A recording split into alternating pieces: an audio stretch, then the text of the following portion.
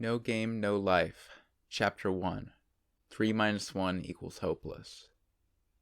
It was said once there was something called the sun. White flames sparkled, and the sky spread clear and blue. That was the legend. They said it was the great war of the gods and their creations that scorched the earth and closed off the heavens with ash. The ash collided with the power of the planet that flowed through the heavens, with spirit corridors, to give off the light that stained the sky red. That red blanketed all the land as the killing continued. Or perhaps it was just the wailing and blood of the planet itself. Either way, the only thing that fell from the sky was that iridescent blue ash. Ivan furrowed his brow and looked up to the murky red horizon. The black ash still glowed blue as it piled up like snow on the wasteland. Ivan vaguely called up all the knowledge a human could feasibly summon.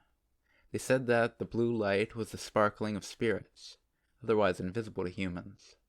That the sky appeared red because of the polarization of light or something, and that the real color of spirits was translucent. As for why this glimmer could be visible to humans who lacked spirit corridor junction nerves, apparently it was the last flash of spirits, broken colliding with the ash as they died. Dead spirits, a lethal poison to almost all living things, including humans. If they got on your skin, you'd be burned. If they got in your eyes, you would go blind. If they got in your mouth, your guts would melt. It was called black ash, despite its azure sheen, because what it meant was death. Or maybe just for mercy's sake. His face was covered by a particle mask. His body was protected from the waves of violet color by pelt armor. If he threw all this off and lay down there, the earth and wind of death would lead him into repose.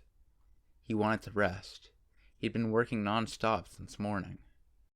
The feeling in his extremities had long since been lost. He wanted to sip some warm soup, wash off the ash, and doze off on the breast of his wife. But if he couldn't do that, then instead... At this seduction, Ivan trembled and cut off his thoughts.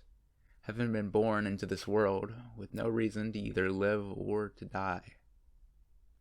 Ivan, is the black ash getting to your head? Roused by the low voice of his comrade, Ivan blinked a few times and looked to his side, at his two allies. I just had to rest for a moment, L.A. It's getting old, you know. If you're getting old, wouldn't that mean we're in trouble soon, too? L.A. chuckled, and Ivan responded ironically to the lad a generation younger than himself. Get ready. One day you'll find all of that a sudden that you can't do the draft things you used to. Riku, that goes for you too. With this, Ivan faced Riku, their leader, whose name meant land, standing at their point. The youngest among them, just a boy, his expression hidden by his mask and goggles, betraying nothing. All that pierced the goggles were those dark eyes, as black and unreflective as night. Thanks for the warning. So if you're done with your rest, let's go. Weaving through the cover of the rocks, they'd crawled on their hands and knees, the raw pelts of beasts covering them. No feeling in their limbs, no food in their bellies. Also, as to avoid detection by the enemy, to survive, and to make it here. Ivan nodded and peered down at the base of the hill silently. What lay there was a giant crater, with a mountain of steel embedded in its center. It was the corpse of an airship, a steel ship constructed by the dwarves to travel the sky, a remnant of the earth-shaking skirmishes of recent weeks. Riku's party had come to dig through the wreckage for resources. Slipping under the cover of a rent in the hull's armor that looked as though it might give them access, Ivan asked Riku, Spirit compass? It's no use. Too much black ash. It just spins meaninglessly at all the corpses. Ivan chuckled to himself. So much for that lifeline. The spirit compass. It combined pyrazine, which reacted to large spirit responses, with mere obsidian. It was a tool made by Riku and his older sister to detect the masses of spirits harbored in the bodies of the gods and their relations, those monsters, and show their direction, but it was useless now, which meant they were left with only their own senses for their search. Against monsters with supernatural abilities that left humans in the dust, it wasn't even funny, and no one was laughing. Without so much as a smile, Riku gave the order. "Stay sharp, we're going in."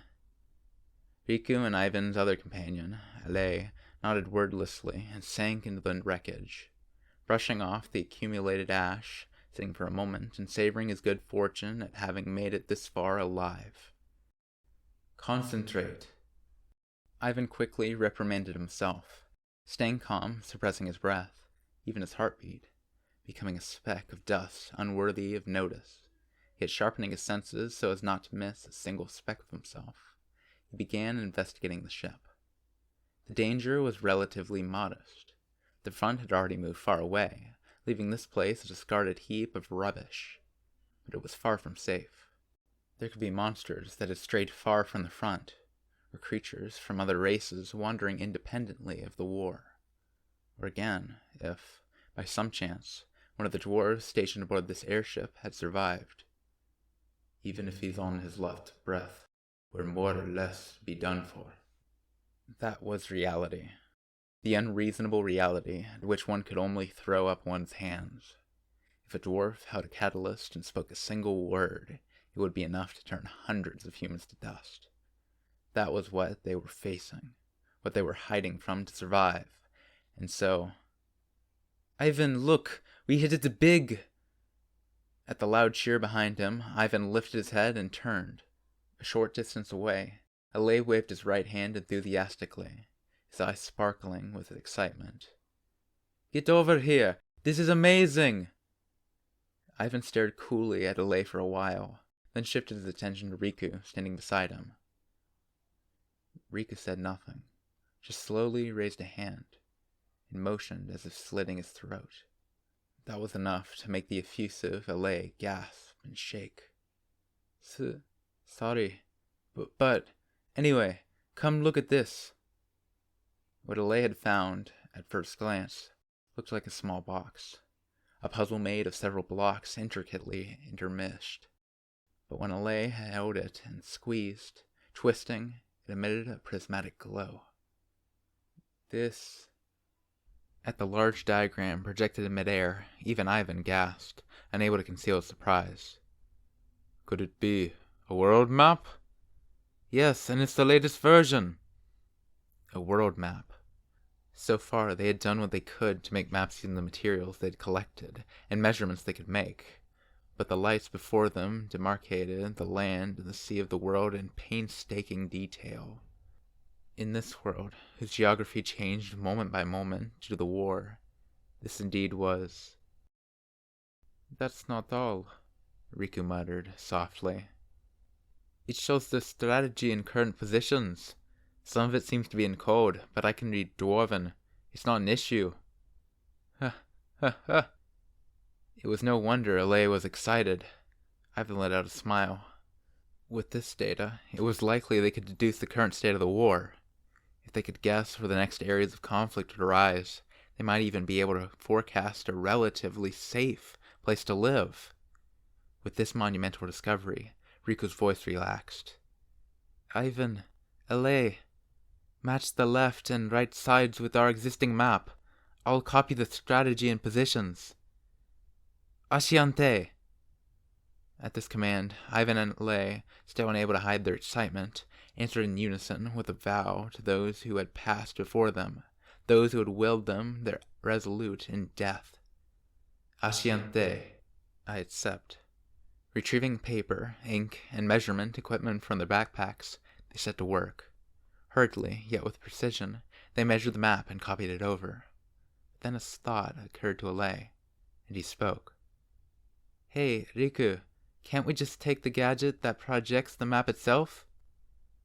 As Riku slowly raised his head, Ale continued. "Doesn't that make more sense? It's not like it's too big to carry. Aren't we just wasting paper and... No, We can't take anything with us that uses spirits. Copy the damn thing. Sure, but I mean... Array. With a voice as sharp as a knife, Riku stopped him short. If you want to die, just tell me. I'll fulfill your wish. Expression lost, eyes reflecting no light but filled with black slaughter, Riku growled. We don't need a monster detecting a spirit response and making a crater of our village. Alright. I was out of line. Shrinking from Riku's assertiveness, Alay shook his head. But do you have to get so angry? Alay, what Riku said is a piracy, remember? Ivan interjected chidingly, his expression stern. Alay swallowed and recited. We do not exist. We must not exist, and thus we are not perceived. You do remember, don't you? It may take some work to copy a map, but it's not worth dying over, is it? Sorry. Alay apologized softly. Just then, ever so subtly, a dull tremor rocked the ground. In an instant, as if by agreement, they lowered their postures and leaped behind cover. Struggling to stifle his pounding heart, suppressing his breath, shrinking his body, Ivan turned to Riku, who was likewise hiding. Riku removed a glove, produced a blade, and without a moment's hesitation, made a small incision on the tip of his index finger. That's Riku for you. Riku pressed his exposed nerves to the floor. Using the finger to feel out information from beneath them, he cocked his other hand to his ear. Watching was out of the question. Showing someone's face would be suicidal. But putting an ear to the ground was also out of the question. They were needed for sounds above floor level. So Riku combined these two rational methods to analyze the data spilled by the enemy. Vibration and sound alone were sufficient to make quite detailed assumptions based on their intensity and rhythm. Licking his lips inside the particle mask, Ivan focused on Riku's hand signals. Distance, about 30 bays, bipedal, 1, heavy, slow. Oh, you've got to be kidding. The height of the enemy, as estimated by Riku from its gait, was 20 feet. A behemoth over 3 times the height of a human, moving slowly. So it was searching for something. A cold sweat stuck to Ivan's back. Then an ear-splitting bellow rocked their surroundings. Son of a bitch! A demonia! He knew without waiting for Riku's hand signals. One of those fiends created by that mutation of the phantasma.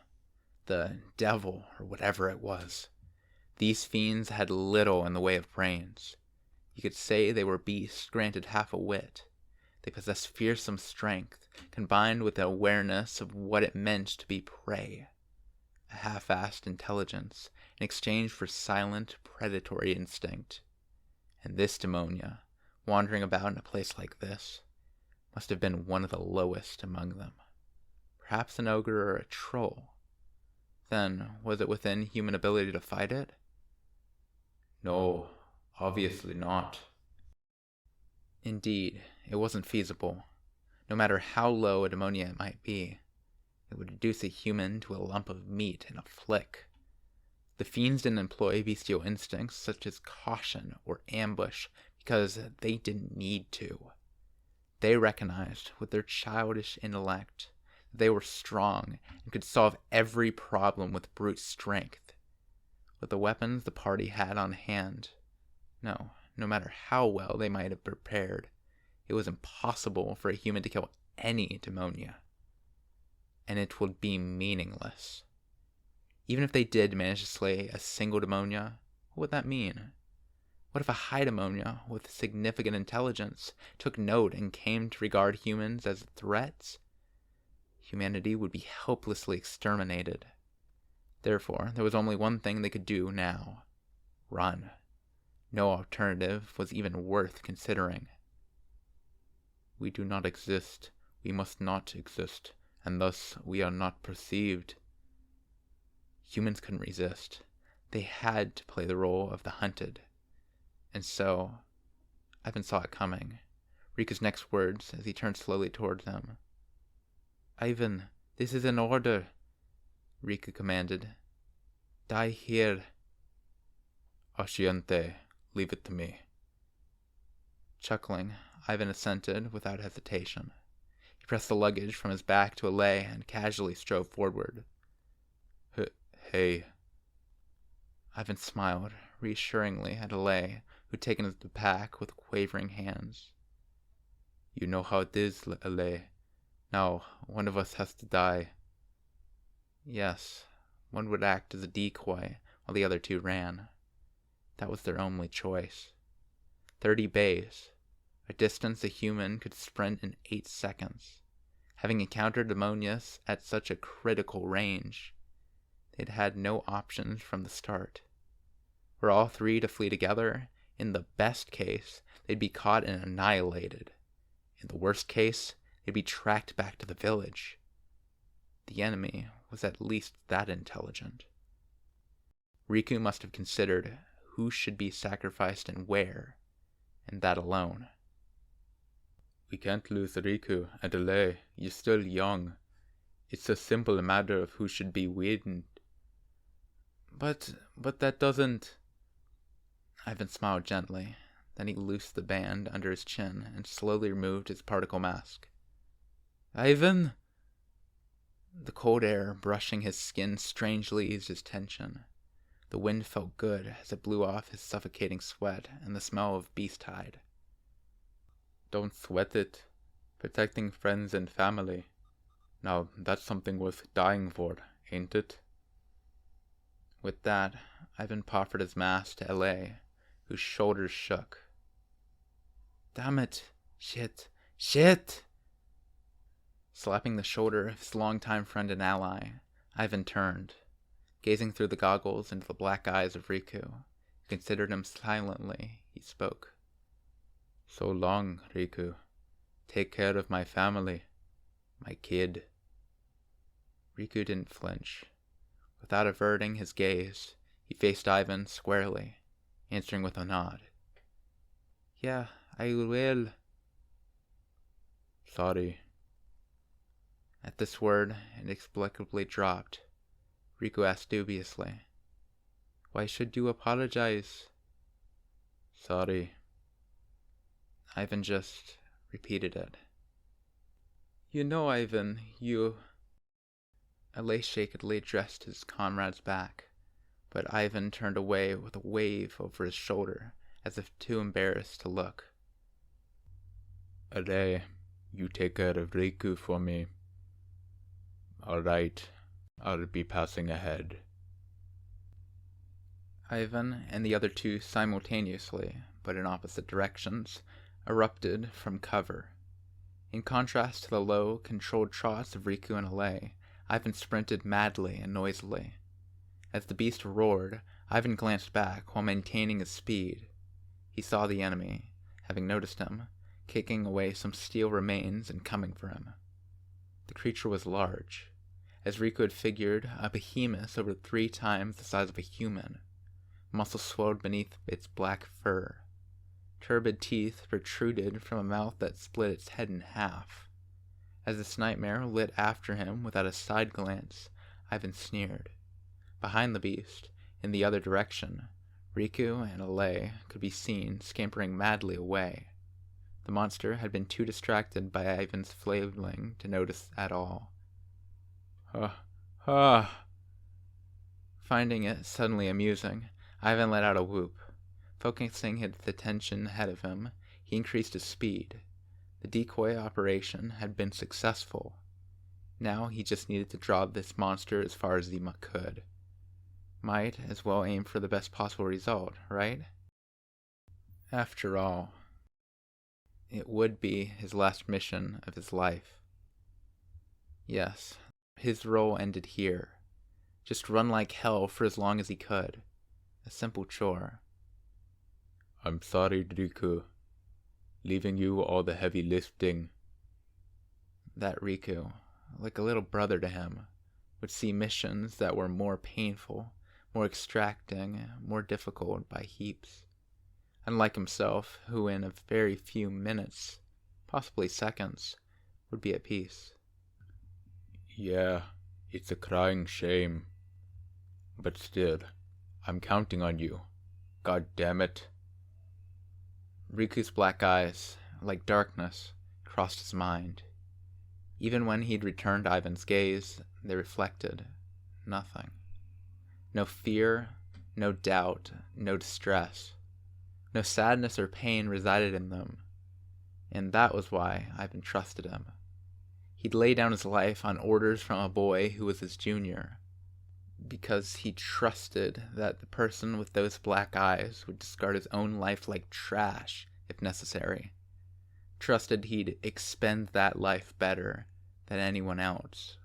But I know I'm putting you through, but Riku, there's no one I can think of counting on but you. That's why he'd spontaneously apologized for letting Riku give him a reason to die. It wasn't like he wanted to die. Back in the village, his beautiful wife and wonderful daughter awaited his return. He wanted to escape somehow, to experience a humble happiness with his family. But then, how different would that really be from being buried in the blue ash and drifting away into death? Pathetic, Ivan thought. He could not have been more pathetic, surrendering the choice of such happiness at this hour. He didn't want it. This ending was the last thing he wanted. Anything but to die for no reason like that, with no meaning. I'm sorry, but please forgive me. To live in such a broken, mad, hideous world. To be born without meaning. To live, shivering, finding some shred of happiness, only to have it ripped away. To be slaughtered. What meaning could there be living in a world where this cycle repeated endlessly? The answer to that question had been given to him by that boy, Riku. Living to protect one's friends, one's family, and for the sake of one who would see the end of the war, dying. It was magnificent. It was perfect. There could hardly be a better justification for one's existence. Was it not a sublime death? Of course it was. Say it out loud and see. I die to protect my friends and family. You see? To whom, for what, whereupon one must bow one's head. A putrid stench. He realized that a death beyond human ability to avert was upon him. Say, Riku, this age someday will end, won't it? No answer. But it wasn't as if he was asking for one. To begin with, someday was a concept foreign to Ivan. This world was too cruel to pin hopes to. This world was too harsh for the luxury of despair. The past and the future were out of reach and wholly irrelevant to the people living in the here and now. All one could do, all that was afforded, was to write the present, spin the tale of this moment with whatever life remained, even if it could be swept away in an instant like rubbish on the whim of someone, somewhere. All that could be done was to keep running, maniacally like this.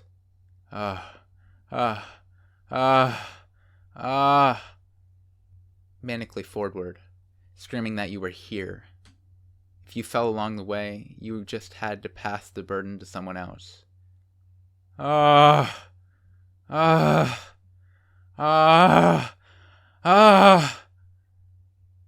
was all humans could.